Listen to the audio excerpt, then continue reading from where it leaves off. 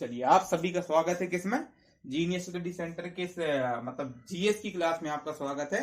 जिसमें आज हम पढ़ेंगे मैप पढ़ेंगे। मैप में सबसे पहला पढ़ रहे हैं हम एशिया महाद्वीप को। तो एशिया महाद्वीप की सारी डिटेल जो है जानकारी हम उसमें लेंगे। जो बोर्ड पर एक थोड़ा सा रफ मैप बना हुआ है, किसी भी मैप को पढ़ने के लिए आपके पास होना जरूरी क्या है, एटलस का होना बहुत जरूरी। तो अच्छा होगा कि आपके पास एटलस हो। तो एटलस में कई प्रकार की होती है, मेरे पास ऑक्सफोर्ड की एटलस है, ठीक है ना। तो इसमें जो एशिया महाद्वीप है, इसको देखते देखते आपको ये नेचुरल मतलब कि मैप के दो चार प्रकार के होते हैं, जिसमें एक मैप जो है आपका नेचुरल है और एक राजनीतिक है, ठीक है ना। तो इन दोनों मैप से हम इसको पढ़कर आसानी से इसके बारे में समझ लेंगे। ठीक, तो पहली बात अपन ने, इसके पहले भी मैं आपसे चर्चा कर चुके थे किसकी की किसी भी मैप की दिशाएं है ना, दिशाओं के बारे में, या किसी पॉइंट को लेकर अपन क्या कहते हैं, एक भी कोई पॉइंट है उसकी दिशाएं होती है। कितनी दिशा होती है, कितनी दिशा होती है, चार दिशा होती है जिसके, ठीक है ना। कौन कौन सी होती है, इसके उत्तर, एक तो था उत्तर, नीचे होता है क्या दक्षिण, इधर होता है राइट हैंड में पूर्व और लेफ्ट हैंड में होता है पश्चिम, ठीक है ना। इसी तरह से क्या है कि इनकी इन्हें को मतलब 8 दिशाओं कहते हैं। कभी कभी 10 दिशाओं की बात होती है, तो अपन 10 में न जाके सीधे 8 दिशाओं में जाए। तो इस तरह से ये करके अपन ने कैसे हो जाता, ये ऊपर उत्तर और पूर्व है तो क्या हो जाएगा, इधर उत्तर पूर्व, ये बस पूर्व है और दक्षिण है तो क्या बोलते हैं, दक्षिण पूर्व, है ना। फिर दक्षिण और पश्चिम है तो क्या बोलते हैं, दक्षिण पश्चिम। और ये उत्तर है और पश्चिम है तो क्या बोलते हैं इसको, उत्तर पश्चिम, ठीक है। तो ये हो जाएगा तो आपका उत्तर पश्चिम, ये हो जाएगा आपका उत्तर पूर्व, ये हो जाएगा आपका दक्षिण पूर्व, और ये हो जाएगा आपका दक्षिण पश्चिम। इस तरह से अपन 8 दिशाओं की बात करते हैं। तो किसी भी पॉइंट की, किसी भी मैप की, आप अपने घर का भी मैप लें तो उसकी भी क्या होगी कि आपको ऐसी 8 दिशाएं आपको मिलेंगी, ठीक है ना। इनका ही महत्व है जो पढ़ने में और समझने में हमें आता है। तो ये आपका एक रफ मैप है एशिया का। एशिया महाद्वीप में लगभग अपन 50 के आसपास देशों को अपन पढ़ते हैं, उनकी अपन जानकारी लेते हैं। ये सारे के सारे देश दिए गए हैं, सारे के सारे, ठीक है ना। उन देशों को आपने याद कर लिया, उन देशों की इसमें आ रहा है ना, हाँ, उन देशों को आपने याद भी कर लिया, लगभग आपको कैपिटल भी याद हो गए। ये एक सबसे अच्छा है कि पहले देश को याद करने से क्या है कि नक्शा समझने के लिए बड़ा मतलब आसान हो जाता है, और बहुत आसानी से आप उसको समझ लेते हैं, और मतलब जितनी भी बातें करेंगे तो वो आपको समझ में आएगी। अच्छा, तो अब मैं आपको एक ओवरव्यू मतलब ऊपर ऊपर की बातें बता दूं।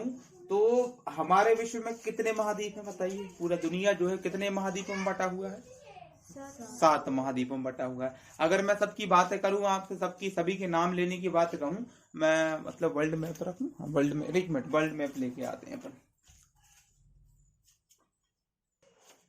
हाँ, तो ये मैप है ना। इसमें आपको 7 महाद्वीप दिख रहे हैं, ठीक है ना, स्पष्ट रूप से।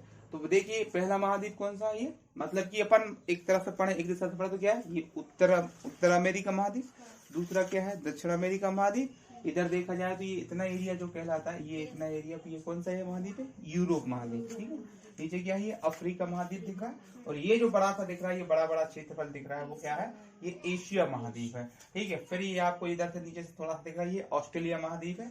फिर आपको दिख रहा है ये अंटार्कटिका महाद्वीप है। ये इस तरह से आपके 7 महाद्वीप होते हैं, ठीक है ना। ये दक्षिणी ध्रुव पर है इसलिए व्हाइट व्हाइट दिख रहा है, ये ऊपर में उत्तरी ध्रुव है इसलिए ये व्हाइट। वहां पर क्या रहता है कि सूर्य का प्रकाश पर्याप्त मात्रा में नहीं पहुंचने के कारण वहां पर क्या रहता है, बर्फ जमी हुई रहती है। तो ये जो सागर दिख रहा है, ये सागर भी जमा हुआ सागर रहता है अधिकांश, है कि नहीं। तो और नीचे भी क्या है, ये जमा हुआ रहता है। इधर ठंड मतलब हम इस पूरी मतलब ये जो धरती है, हम सब जानते हैं कि 21% और 79% वाला फंडा हम सब समझते हैं, सबको जानते हैं, ठीक है ना। तो इस धरती, इसके बारे में हम एक मतलब मैप रीडिंग मतलब एक ओवरव्यू लेंगे ऊपर ऊपर कि धरती ऊपर में है क्या, कहां पर क्या है। तो जिसमें आप क्या क्या पढ़ेंगे, तो पूरी नक्शे, आप इसकी पूरी लोकेशन को पढ़ेंगे, मतलब कौन सा देश किस सिचुएशन में है, कौन से महाद्वीप में किस सिचुएशन में, वो आप पढ़ेंगे। दूसरा आप इसमें क्या पढ़ेंगे, देशों की राजधानियां पढ़ेंगे। साथ ही साथ उन देशों में कौन सी नदी है, कौन से पठार है, कौन सा पर्वत है, कौन सी पर्वत चोटी सबसे ऊंची चोटी है, इनके बारे में पढ़ेंगे। किस देश की मुख्य जो परीक्षा उपयोगी देश हैं उनके बारे में आप इसको जानकारी लेंगे हम, और सभी महाद्वीप को एक एक एक कर पढ़ेंगे, ठीक है ना। इसमें तो आज से हम किस महाद्वीप को पढ़ा, हम एशिया महाद्वीप की बात कर रहे हैं। अब एशिया महाद्वीप का अपन रफ मैप पे सारी बातों को लिखवाऊंगा, मैं आपको समझाऊंगा भी, समझाने के साथ उनको जो नोट डाउन करने वाली बात होगी उनको नोट डाउन भी करेंगे। तो हम एशिया महाद्वीप के बारे में पढ़ेंगे। परसों की क्लास में मतलब 1-2 दिन पहले की जो क्लास हुई थी उसमें मैंने आपको ये समझा दिया कि एशिया महाद्वीप की पूरी बाउंड्री क्या है वो समझा दी थी, ठीक है ना। एक बार और उस पर नजर मार लेते हैं अपन, ठीक है। ये जो यहाँ से दिख रहा है, ये जो रसिया देश है, कौन सा देश है, रसिया। रसिया एक ऐसा देश है जो यूरोप में भी पड़ता है और कहा, एशिया महाद्वीप में भी पड़ता है। ये है ना, और ऐसा एक टर्की है। ये दो देश हैं ओनली जो दो महाद्वीपों पर विस्तृत हैं, रशिया और तुर्की। ये दो देश हैं जो दो महाद्वीपों पर विस्तृत हैं। तो यहाँ से देखा जाए तो यहाँ एक यूराल पर्वत पड़ता है ना, ये वो फिजिकल मैप में ज्यादा अच्छे से दिखता है। तो यूराल पर्वत है और यही यूराल नदी है। तो यूराल पर्वत और यूराल नदी ही मिलकर क्या बनाती है, मतलब कि एशिया और यूरोप की बाउंड्री बनाती है। तो अब आपको बताया था मैंने कि कौन कौन सी नेचुरल बॉडी है जो एशिया और यूरोप की एशिया और यूरोप की क्या बनाती है, बाउंड्री बनाती है। तो वो कौन कौन सी नेचुरल बाउंड्री है, यूराल पर्वत, ठीक है, यूराल नदी, फिर क्या है कैस्पियन सागर, है ना, फिर क्या है ब्लैक मतलब काला सागर, है ना। देखो आप देख रहा हो तनुजा, देखो आप है ना, काला सागर दिख रहा है आपको, काला सागर। फिर आपको देखो तो आपको क्या मिलेगा, भूमध्य सागर मिलेगा। ये पढ़ा तो, ये क्लास ली थी आपने ये वाली। अच्छा, फिर क्या है इधर पे, फिर अफ्रीका और किसकी बनाता है, एशिया की कौन बनाता है सीमा, लाल सागर, ठीक है ना। फिर नीचे देखा है तो पूरा का पूरा आपका हिंद महासागर है। हिंद महासागर के बाद फिर इसकी बाउंड्री मतलब एशिया महाद्वीप की बाउंड्री किससे टच होती है, ऑस्ट्रेलिया। तो ऑस्ट्रेलिया में देखो आपको इधर पे मिलेगा ये पापुआ न्यूगिनी द्वीप है। पापुआ न्यूगिनी द्वीप जो है उस पे आधे में कौन बसा हुआ है, आधे में इंडोनेशिया का हिस्सा है और आधे में पापुआ न्यूगिनी मतलब ऑस्ट्रेलिया वाला जो महाद्वीप है उस महाद्वीप के देश का हिस्सा है, ठीक है ना, ये पापुआ न्यूगिनी। फिर ऊपर में जाओ तो आपको पूरा का पूरा वो मिलेगा वो नॉर्थ पैसिफिक मतलब पैसिफिक सागर, मतलब क्या पैसिफिक क्या बोलते हैं अपने हिंदी में, नहीं पैसिफिक सागर, ओशियन पैसिफिक सागर, प्रशांत महासागर, ठीक है ना। और ऊपर में आप जाएंगे तो बेरिंग जल संधि मिलेगी और बेरिंग जल संधि ऊपर को जो आप दिख रहा है वो क्या है, पूरा सागर है, ठीक है ना, जिसको अपन बोलते हैं है ना कि उत्तरी आर्कटिक सागर जिसको बोला जाता है। ये सागर अधिकांश जमा हुआ रहता है। ये हम सारी की सारी बातें हम इसमें करेंगे, ठीक है ना। अच्छा, ये फिर इसके बाद में आपने देश पढ़ लिए थे, है ना, ये भी आप ये सारी क्लास आप कर चुके हैं। आज से हम इसके बारे में कुछ विशेष जानकारी को लेना चालू करेंगे। तो पहली नंबर एक बात ये कि विश्व का सबसे बड़ा महाद्वीप एशिया महाद्वीप है। विश्व का सबसे बड़ा महाद्वीप कौन सा है, एशिया महाद्वीप है। नॉर्मली फैक्ट हम सभी लोग जानते हैं। दूसरी बात ये कि किसमें ये क्षेत्रफल की दृष्टि से तो है ही है बड़ा, साथ ही साथ क्या है ये किसकी दृष्टि से कौन सा है, मतलब जनसंख्या की दृष्टि से भी सबसे बड़ा महाद्वीप ही है, क्योंकि सर्वाधिक जनसंख्या वाले देश जो है चाइना वो यहीं पर है, और दूसरा देश दुनिया में कौन सा, भारत, वो भी कहाँ पर है, यहीं पर है। अधिकांश जो देश है विश्व की दृष्टि से अधिक जनसंख्या, तो दो महादेश तो यहीं पर जिनकी जनसंख्या सर्वाधिक है, ठीक है ना। और भी कुछ देश है जिनकी जनसंख्या अधिक होने के साथ साथ वो कहाँ, एशिया महाद्वीप में पड़ते हैं। तो ये है ना, तो क्या जनसंख्या की दृष्टि से, क्षेत्रफल की दृष्टि से, दोनों दृष्टि से कौन सा सबसे बड़ा महाद्वीप है। और तो और फिर क्या है कि और क्या नेचुरल चीजें, बहुत सारी नेचुरल चीजें, जैसे कि सबसे ऊंची चोटी कौन सी, माउंट एवरेस्ट, जो कि हिमालय पर्वत में नेपाल काठमांडू में पड़ती है। सबसे ऊंची चोटी भी कहाँ पर है, एशिया महाद्वीप में है। सबसे ऊंची चोटी क्या है, एशिया महाद्वीप में। अगर सबसे ऊंची चोटी एशिया महाद्वीप में, धरती का सबसे निचला स्थान भी एशियाई महाद्वीप में है। क्या है वो, क्या है वो, सबसे निचला स्थान, हाँ देखो आप, हाँ नहीं अब सुनना है आपको, ये आपको नोट डाउन भी करना है, ठीक है ना। तो सबसे ऊंचा स्थान क्या, माउंट एवरेस्ट, ठीक है ना। ये अभी रुक जाओ, अभी मैं बता दे रहा हूँ, फिर इसको हटा के मैं इधर लिख दूंगा, फिर आप नोट डाउन कर लेंगे, ठीक है। तो सबसे ऊंचा स्थान कौन है, माउंट एवरेस्ट, वो कहाँ पर पड़ता है, नेपाल काठमांडू में पड़ता है माउंट एवरेस्ट, सबसे ऊंचा स्थान, ठीक है। फिर सबसे नीचा स्थान जो है वो है क्या, मृत सागर। क्या है, मृत सागर, वो अपना कहाँ पड़ता है, ये जो सऊदी अरब है, सऊदी अरब में जो ये जॉर्जिया जो देश है, जॉर्जिया और ये वहाँ फिलीपींस, इसराइल है ना, तो उसकी बाउंड्री पर पड़ता है वो। क्या है, मृत सागर जिसको बोलते हैं, आप लोगों ने सुना होगा, पढ़ा होगा कभी बचपने में, मृत सागर या डेड सी जिसको बुलाया जाता है। वो ऐसा सागर जहाँ पर डूबते नहीं, जिसमें तैरो डूबते नहीं है। क्यों नहीं डूबते उसमें, क्योंकि वहाँ लवणता उस सागर में अधिक है। लवणता मतलब उसमें खारापन जो रहता है वो अधिक लवण है, इसलिए वहां पर डूबते नहीं है। ये कभी कई मतलब आप जाकर यूट्यूब पर देखेंगे और जगह देखेंगे तो इसके बारे में बहुत चर्चा होती है, लोग बहुत एंजॉय करने के लिए वह जाते हैं, और मतलब कि तैरने की जरूरत नहीं है, डूबने के वो है नहीं, ठीक है। तो मृत सागर, तो सबसे ऊंचा स्थान भी यहीं पर है, सबसे नीचा स्थान भी यहीं पर है। फिर विश्व का सबसे गहरा स्थल दुनिया, मतलब समुद्र की सबसे गहरा स्थल जो है ये नीचा है, मतलब सपाट धरती को लेकर ये जो मृत सागर जो है वो नीचा है, ऊंचाई के लेकर, धरती को लेकर तो ऊंचा कौन है, और वो अपना माउंट एवरेस्ट, ठीक है ना। फिर समुद्र के अंदर गहराई में जाना हो तो गहराई में जाने के लिए भी क्या है, सबसे गहरा स्थान जो है पूरे समुद्र में, इतना बड़ा समुद्र है, इस इतने बड़े समुद्र में सबसे गहरा स्थान भी कहाँ पड़ता है, एशियाई महाद्वीप में पड़ता है। वो क्या है, मोरियाना ट्रेंच, कहाँ पर है, ये फिलीपींस के पास में है मोरियाना ट्रेंच या मोरियाना गर्त, बच्चों आपने पढ़ा होगा इसको, है ना। तो ये भी कहाँ पर, वो भी एशिया में है। लगभग कितना किलोमीटर, लगभग 11.33 किलोमीटर है वो, है ना। 11.33 किलोमीटर नीचे तक, मतलब कि पूरा का पूरा हिमालय को उठा को डुबाया जाए तो वो भी पूरा का पूरा डूब सकता है। तो सबसे गहरा भी यहीं पर है, ठीक है ना। और फिर दुनिया का मतलब सबसे बड़ा देश जो है वो रशिया को कहा जाता है। तो सबसे बड़ा देश जो क्षेत्रफल के हिसाब से सबसे बड़ा देश वो भी कहाँ पर है, यहीं पर है, ठीक है ना। मतलब रूस में, और रशिया जो है यूरोप में फैला हुआ है और एशिया में फैला हुआ है। तो उसका अधिकांश हिस्सा जो है वो कहाँ पर फैला हुआ है, एशिया में फैला हुआ है ना। ये उसके फैक्चुअल पॉइंट है। और अगर आप बात करें तो सबसे बड़ी बड़ी बातों में कहें तो दुनिया की सबसे बड़ी झील कौन सी, कैस्पियन सागर। दुनिया की सबसे बड़ी झील भी यहीं पर है, ठीक है ना, जो कि खारे पानी की झील है। तो दुनिया की सबसे बड़ी झील भी जो है वहीं पर है। फिर दुनिया की सबसे गहरी झील भी कहाँ पर है, एशिया में है, ठीक है ना। वो कहाँ पर है, ये बैकॉल झील, जो दुनिया की सबसे गहरी झील है, जो साइबेरिया क्षेत्र में पड़ती है। फिर दुनिया का जो है फिर क्या, दुनिया का मतलब सबसे खारे पानी की झील भी यहीं पर है। दुनिया की सबसे खारे पानी की झील भी जो है वो कहाँ पर है, तुर्की में वान झील जो है दुनिया की सबसे खारे पानी की झील की 1 लीटर पानी में लगभग 300 ग्राम से भी अधिक उसमें लवणता पाई जाती है, मतलब उसमें नमक होता है ना। तो ये फैक्चुअल पॉइंट जो आपको मतलब आपके दिमाग में रहने चाहिए।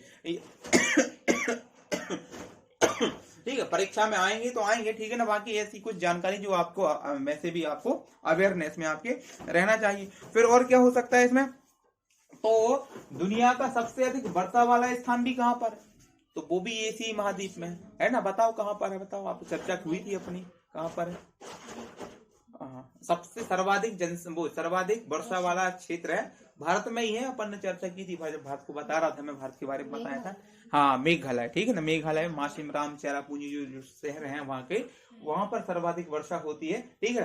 तो क्या ये सबसे अधिक वर्षा वाला क्षेत्र भी कहाँ पर पड़ गया, एशिया में पड़ गया, है ना। तो नेचुरल रूप से बड़ी बड़ी चीजें विशेष है जो दुनिया में ओनली वन है नेचुरली रूप से, वो कहाँ पर पड़ रही है, वो सभी एशिया में। और तो और फिर कहते हैं कि मतलब सभी धर्मों का जन्म भी कहाँ हुआ है, एशिया महाद्वीप में ही हुआ है। दूसरा, सभ्यताओं का पालना इसे कहा जाता है, क्योंकि अधिकांश सभ्यता, विश्व की जितनी सभ्यताएं हैं इन्हों कहाँ जन्मी हुई हैं, वो एशिया महाद्वीप में जन्मी हुई हैं, ठीक है ना। तो ये कुछ मोटी मोटी बातें हैं जिनका, ठीक है। अच्छा, तो ये एशिया महाद्वीप जो पूरा विश्व को अपन देखा जाए तो कितना परसेंट है, ये एशिया महाद्वीप जो पूरी विश्व की जितनी धरती है, उस धरती का 30% जो है वो एशियाई महाद्वीप में, जो भूभाग जो है, क्षेत्रफल जो है वो कितना 30% इसी के पास है। शायद जनसंख्या का 17% जनसंख्या जो है, 17% के आसपास की जनसंख्या जो है एशिया महाद्वीप में, मतलब पूरी जनसंख्या को 100% माना जाए तो 17% जनसंख्या एक बड़ा हिस्सा होता है, वो एक ही कॉन्टिनेंट में रहते ही, ठीक है। तो वो भी कहाँ पर है, वो भी जो है अपना एशिया महाद्वीप में है। तो ये है आपका एशिया महाद्वीप, ठीक है ना। ये कुछ ऊपरी जानकारी है, ये कुछ ऊपरी बातें हैं जिनको आपको नोट डाउन करना है, और नोट डाउन करने के साथ साथ आपको याद रखना है। हाँ, जो चीज याद हो तो उनको लिखने की जरूरत नहीं है, ये बात है तो अगर नॉर्मली याद है तो उनको लिखने की जरूरत नहीं, जो बातें आपको लिखने की जरूरत होगी वो हम उसमें आपको बताते जाएंगे, ठीक है। अच्छा, अब क्या हुआ, इस एशिया महाद्वीप को पढ़ने के लिए मतलब हम इसको बांट लेते हैं, है ना। पहले तो अपन ने क्या किया, इसकी बाउंड्री निर्धारित की कहाँ कहाँ कौन कौन सी बाउंड्री है, फिर इसको अपन पढ़ लेते हैं। वो तो ऊपर ही वही दिशाओं के अनुसार पढ़ लेते हैं, 1 2 है ना। 1 2 दिशाओं के अनुसार कैसे बांटा गया, वही 8 दिशाओं में। तो ये पूर्वी एशिया, पश्चिमी एशिया, उत्तरी एशिया, दक्षिणी एशिया, फिर दक्षिण पूर्वी एशिया, उत्तर पूर्वी एशिया, दक्षिण पश्चिम, है ना, दक्षिण पश्चिमी एशिया और दक्षिण पूर्वी एशिया, ठीक है ना। वो सॉरी, उत्तर पूर्वी एशिया, है ना। इस तरह से इसको बांट लेते हैं। फिर अपन मतलब एशिया महाद्वीप को कैसे बांटा गया, तो कुछ इसी तरह से, मतलब अब इसको मतलब नक्शे को हटा रहा हूं मैं, और ये रफ डायग्राम आप भी बनाएंगे और वैसा वैसा आप उसको लिखते जाएंगे, ठीक है ना। और जो फैक्चुअल पॉइंट जो है वो आप भी इसको लिखते जाएंगे, ठीक है। तो अब अपन बाकी जो है उस पर ये बोर्ड जो है उस पर अपन करते हैं।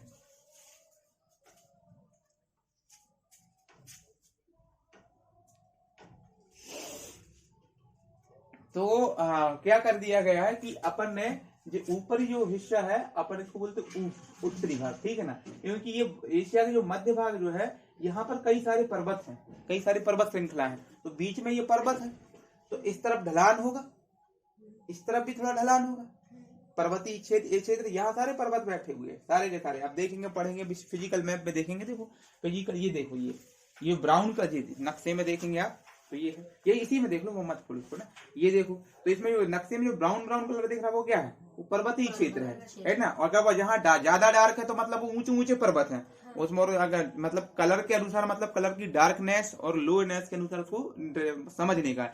जहाँ ज्यादा डार्क है तो वो आप समझना कि वो पर्वत की ऊंचाई सर्वाधिक है।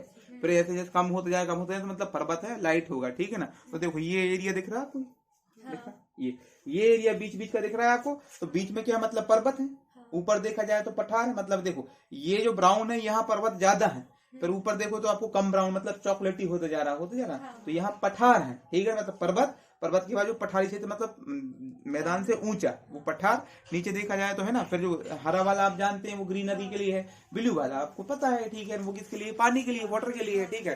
तो ये यहाँ बीच में पर्वत बैठा हुआ, उस साइड जाओगे तो आपको ढलान मिलेगा, नीचे जाओगे तो ढलान मिलेगा। तो अपन कैसे बांट लेते हैं इसको बांटने के लिए क्या करते हैं, तो ऊपर जो उत्तर की निम्न भूमि, उत्तर में क्या है ये निम्न भूमि, इसको पढ़ने के लिए, समझने के लिए, तो उत्तर में क्या मिलेगा आपको, निम्न भूमि मिलेगा। मध्य का पर्वतीय क्षेत्र, एशिया में मध्य पर्वतीय क्षेत्र, मध्य का पर्वतीय क्षेत्र। फिर आपको मिलेगा क्या, दक्षिण में क्या मिलेगा, दक्षिणी एशिया में क्या क्या मिलेगा, दक्षिणी पठारी क्षेत्र। इसमें कई सारे पठार, जिसमें अपना भारत का प्रायद्वीपीय पठार भी आता है, चीन का भी पठार इसमें शामिल हो जाता है। कुछ यहाँ के पठार है, कुछ यहाँ ये अरब प्रायद्वीप जो है, अरब पठार जो है वो भी, ठीक है ना, है ना। ये चीजें होती है। और क्या है फिर आपका कुछ आपको ये द्वीपीय देश मिलेंगे, जैसे कल बताया था जापान 4 द्वीपों पर बसा हुआ है, ये इंडोनेशिया जो है कितने कई सारे द्वीपों पर बसा हुआ है। तो द्वीपीय क्षेत्र जो है उनको इसमें अपन बांट लेते हैं। मतलब ऐसे करके ये पढ़ने के लिए और समझने के लिए और फिजिकली रूप से अपन इसको बांट लेते हैं, ठीक है। और आपको मिलेगा, है ना, फिर आपको मिलेगा क्या, नदी घाटियां। तो ये इस पूरे महाद्वीप में कई सारी नदियां और कई सारी नदियां हैं, तो कई सारी नदियां हैं, तो उधर इसमें आपको मिलेगी। इधर मैं अलग से लिख देता हूँ उसमें, क्योंकि कई नदियां हैं और नदियों में जो बनती क्या, घाटी। जैसे हम लोग किस नदी घाटी में रहते हैं बताओ। हम लोग जो रहते हैं, हम जो क्षेत्र में रहते हैं वो भी क्या घाटी क्षेत्र है। कौन सा क्षेत्र है, घाटी क्षेत्र है। हम रहते हैं कहाँ पर रहते हैं, हम रहते हैं नर्मदा नदी की घाटी में, है ना। ये क्या हमारे पास में नर्मदा नदी बह रही है। और आप देखे जाएंगे तो हमारे क्या, इस साइड जाओगे अपन थोड़ा खड़ा हो तो हमें कौन सा पर्वत दिखता है, सतपुड़ा पर्वत दिखता है। और नर्मदा के थोड़ा सा अपन रेवा बनखड़ी साइड जाएंगे तो वहां पर आपको क्या दिखेगा, विंध्याचल पर्वत दिखता है ना। दोनों पर्वत हम आंखों से देखते हैं उनको। और जो तो अपन ने जैसे आप सोचो, जब भोपाल साइड बस से जाओगे तो आपको ऊपर को चढ़ना पड़ता है ना, बस अपनी चढ़ती हुई जाती है। या ट्रेन से भी जाते तो आप कहते हैं घाटी चढ़ते ही मिड घाट आ गया चढ़ते जाता है।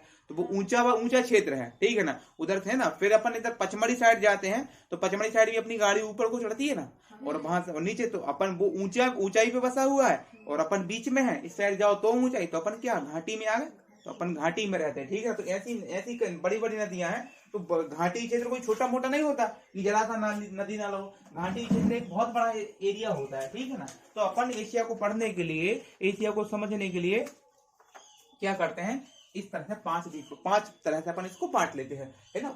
उत्तरी निम्न भूमि, मतलब निम्न कैसा, मतलब निचला, ठीक है, निचला है ये, ठीक है, ये पर्वत है। तो इस तरफ जाओगे तो नीचा मिलेगा, इधर फिर जाओगे तो यहाँ पर क्या है, यहाँ मैदान जैसा है। और यहाँ पर क्या है कि ये क्या होता है, ये पर्वत है, ये पर्वत है। तो पर्वत जैसा कि एकदम से पर्वत चालू भी नहीं होता और एकदम से पर्वत खत्म भी नहीं होता है कि नहीं। पर्वत ऐसे एक श्रृंखलावत चालू होता है, ऐसे ऐसे करके चालू। फिर पर्वत के बाद एकदम से मैदान नहीं आता, पर्वत के बाद फिर थोड़ा सा ऐसा एरिया आता है, ठीक है।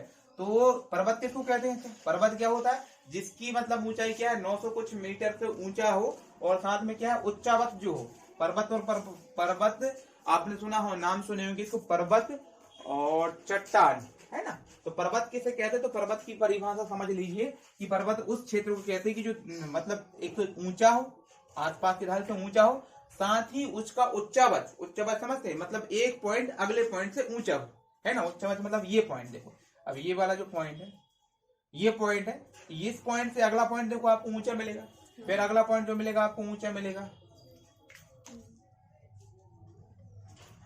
ये कभी कभी तो फिर क्या है ना, तो ये अगला पॉइंट, अगले पॉइंट ये होता है कि उच्चावच होता है, ठीक है ना। तो इसको बोलते हैं कि अपन पर्वत बोलते हैं। और इसकी ऊंचाई कितनी होती है, लगभग कितना है 900 से कुछ 900 मीटर से ऊंचा हो तो कहलाएगा क्या, पर्वत। 900 या 1000 है, एग्जैक्ट मुझे याद नहीं आ रहा है ना, 900 से 1000 मीटर की ऊंचाई होगा तो वो पर्वत कहलाएगा। पर्वत कहलाने के साथ क्या है, उसका उच्चावच है ना अधिक होना चाहिए। उच्चावच क्या होना चाहिए, अधिक होना चाहिए। मतलब ये क्या कि वो जो पॉइंट, अगला पॉइंट जो है पिछले पॉइंट से ऊंचा हो या नीचा हो तो उसको बोलते हैं पर्वत, ठीक है ना।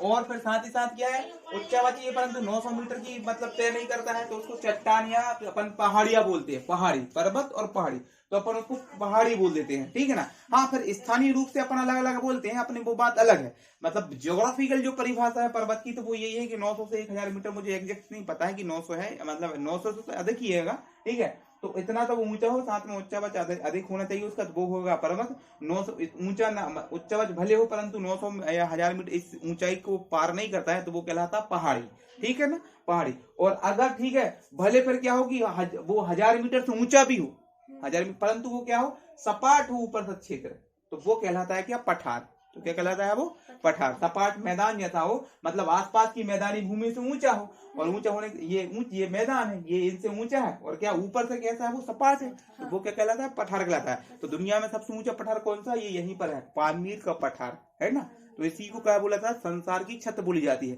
तो दुनिया का, हाँ ये बात भी बताना भूल गया कि दुनिया का सबसे ऊंचा पठार भी कहाँ पर है, तो एशिया में है ना। और उसी को क्या कहा जाता है, दुनिया की, संसार की छत कहा जाता है, ठीक है। तो ये हो गया अपना क्या, पठार हो गया, ठीक है सब। तो पर्वत और पठार समझ गए, पर्वत पठार पहाड़ी समझ गए, है ना। तो पर्वत होता है, पठार होता है और पहाड़ी होता है, तो ये बात भी आप समझ गए। तो मैं कौन सी बात कर रहा था ना, तो ये निम्न भूमि है, यहाँ मैदानी क्षेत्र है। फिर आप धीरे धीरे ऊपर चढ़ के आएंगे तो क्या मिलेगा आपको, पर्वत मिलेगा। तो यहीं पर हिमालय पर्वत है, यहीं पर पामीर का पठार है, ठीक है। उस पामीर के पठार से ही ना, यहाँ जो पामीर का पठार जो है, जो आप एटलस में देख रहे हैं, इस यहाँ पामीर का पठार है। फिर यहीं के पामीर के पठार से क्या, कई सारी पर्वत श्रृंखलाएं जो है वो निकली हुई हैं, है ना। तो इसी को बोलते हैं पर्वतीय गांठ बोलते हैं, ठीक है ना। यहाँ से कई सारे पर्वत जो निकले हुए हैं, हम अभी उनको एक एक करके लिखेंगे। फिर आपको पर्वत मिलेगा, नीचे को उतरेंगे तो क्या आपको दक्षिणी क्षेत्र मिलेगा।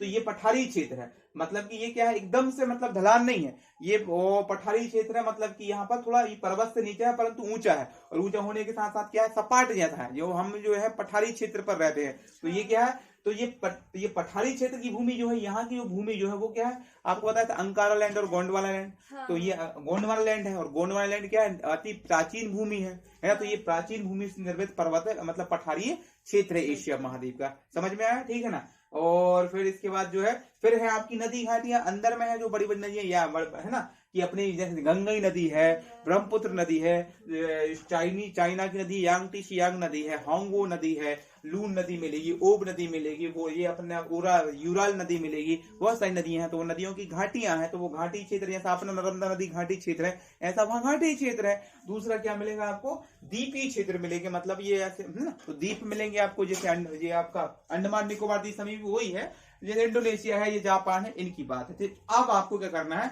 इनको एक एक करके इनको लिखना है। तो पहले क्या करेंगे आप, एक ऐसा डायग्राम आप भी बनाएंगे, ठीक है ना, एक ऐसा रफ डायग्राम बनाओ, उसको बांटो उतनी है ना, और यहाँ से बहुत सारी चीजें आपको निकल के आएंगी, बहुत सारी चीजें आपको समझ में आएंगी, और उसी पर लिखना है बहुत सारी चीजों को, कि नोट डाउन कैसे करना है। नोट डाउन आपको बस पॉइंट टू पॉइंट करना है, थ्योरेटिकल आपको नोट नहीं बनाना, ठीक।